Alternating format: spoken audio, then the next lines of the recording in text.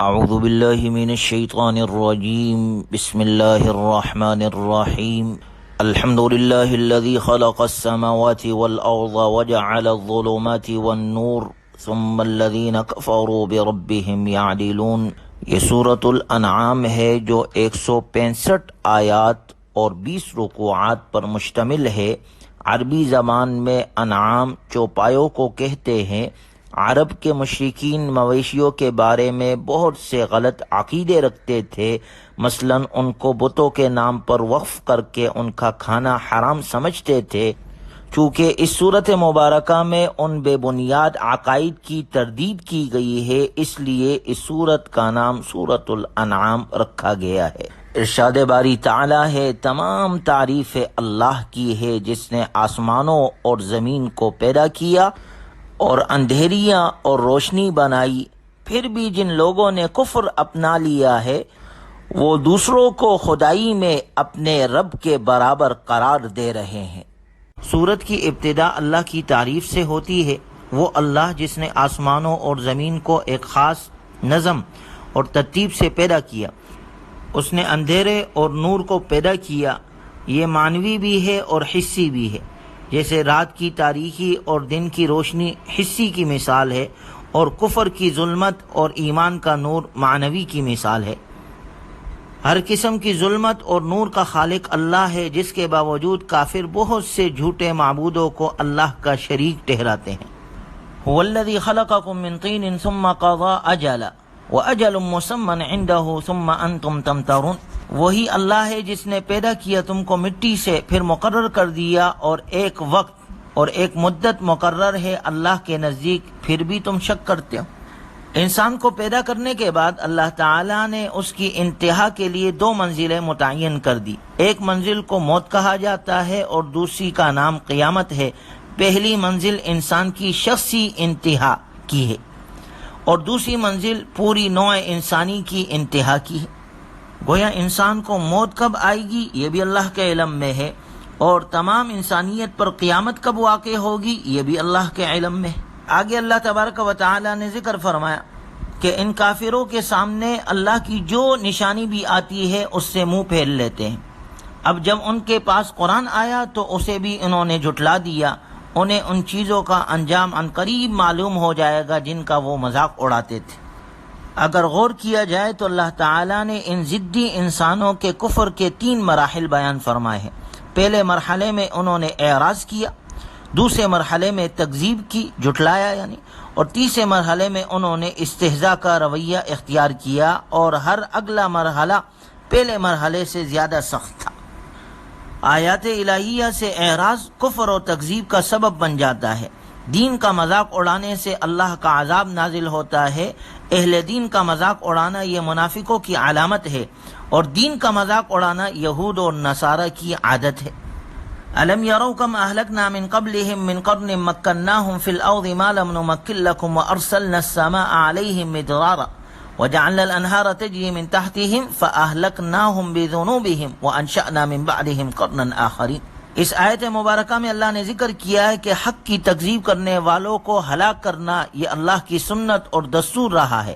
ان مشرکین سے پہلے کئی ایسی قومیں گزری ہیں جو جسمانی صحت اور طاقت، مالی وسعت اور خوشحالی، افرادی قوت و کثرت، اسباب کی فراوانی اور ملکی استحکام کے اعتبار سے ان سے کہیں آگے تھے، لیکن جب انہوں نے کفر اور تکذیب اور ظلم اور زیادتی اختیار کی تو ان کی جسمانی طاقت، مال و دولت اور ان کا عہدہ انہیں اللہ کے عذاب سے نہ بچا سکا۔ لیکن اہل مکہ کو نہ تو عاد اور سمود اور قوم فرعون اور قوم لوط جیسی قوت طاقت حاصل ہے، اور نہ ہی اہل شام اور یمن جیسے خوشحالی۔ انہیں سوچنا چاہیے کہ ان کے کفر و مخالفت کا کیا انجام ہوگا۔ گویا قیامت تک کے آنے والے انسانوں کے لیے اس میں سبق ہے کہ اگر نافرمانی کریں گے، تکذیب کریں گے، اللہ کے حکم کو نہیں مانیں گے، تو قوم عاد اور قوم سمود کو دیکھ لے کہ باوجود طاقت اور سب کچھ ہونے کے انہیں اللہ کے عذاب سے وہ طاقت بچا نہیں سکی۔ اللہ ہمیں ہر قسم کی نافرمانی سے محفوظ فرمائے۔ کسی بھی قوم پر عذاب ان کے گناہوں کی وجہ سے ہی نازل ہوتا ہے، بلکہ مصیبتیں اور پریشانی بھی گناہوں کی وجہ سے آتی ہے۔ لہذا ظالموں اور کافروں کے انجام سے عبرت حاصل کرنی چاہیے۔ اللہ ہمیں ہر قسم کے گناہ سے محفوظ فرمائے۔ وَلَوْ نَزَّلْنَا عَلَيْكَ كِتَابًا فِي قِرْطَاسٍ فَلَمَسُوهُ بِأَيْدِيهِمْ لَقَالَ الَّذِينَ كَفَرُوا إِنْ هَذَا إِلَّا سِحْرٌ مُبِينٌ۔ اگر ہم کاغذوں پر لکھی ہوئی کتاب آپ پر نازل کر دیتے جسے وہ اپنے ہاتھوں سے چھو کر دیکھ لیتے، پھر بھی کافر یہی کہتے کہ یہ تو صریح جادو ہے۔ کافر کہتے ہیں کہ اس پیغمبر کے ساتھ کوئی فرشتہ کیوں نہیں بھیجا گیا؟ اگر ہم کسی فرشتوں کو بھی بھیج دیتے تو ان کا قصہ ہی ختم ہو جاتا، پھر انہیں مہلت بھی نہ دی جاتی۔ نضر بن حارث، عبداللہ بن ابی امیہ اور نوفل وغیرہ مشرکین کے یہ نام تفاسیر میں آتے ہیں کہ جو کبھی آسمان سے لکھی ہوئی کتاب اور کبھی گواہی کے لیے فرشتوں کے نازل کیے جانے کے مطالبات کرتے تھے، لیکن ہدایت کی طلب ان کے اندر ذرہ برابر بھی نہیں تھی۔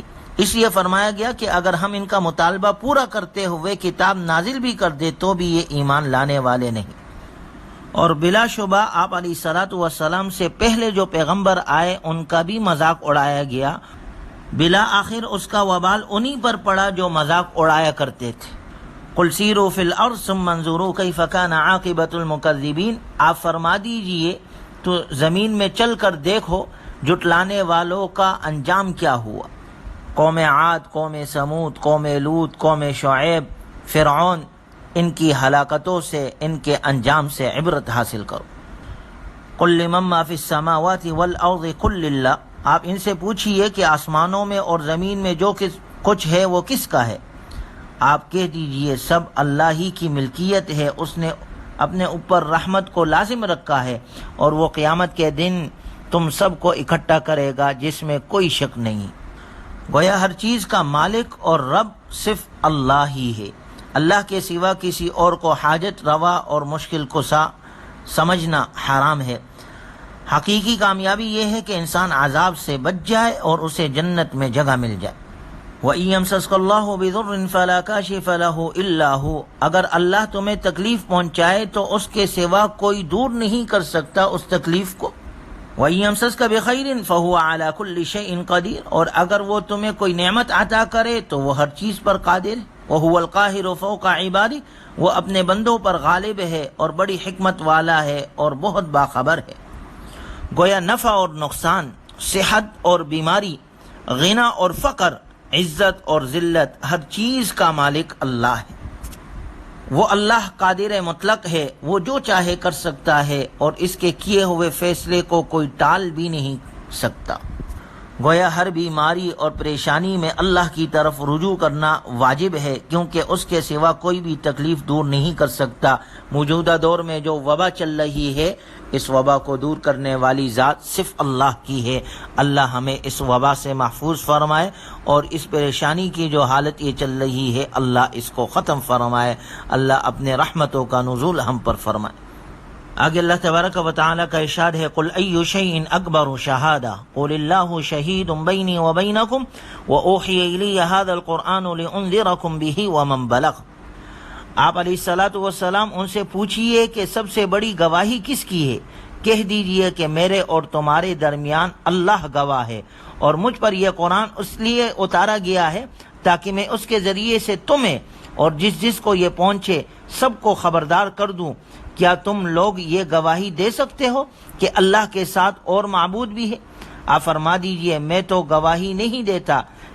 قل انما هو الہ واحد، کہہ دیجئے کہ صرف وہی ایک معبود ہے، معبود یکتا ہے، اس کا کوئی شریک نہیں، وہ وحدہ لا شریک ہے۔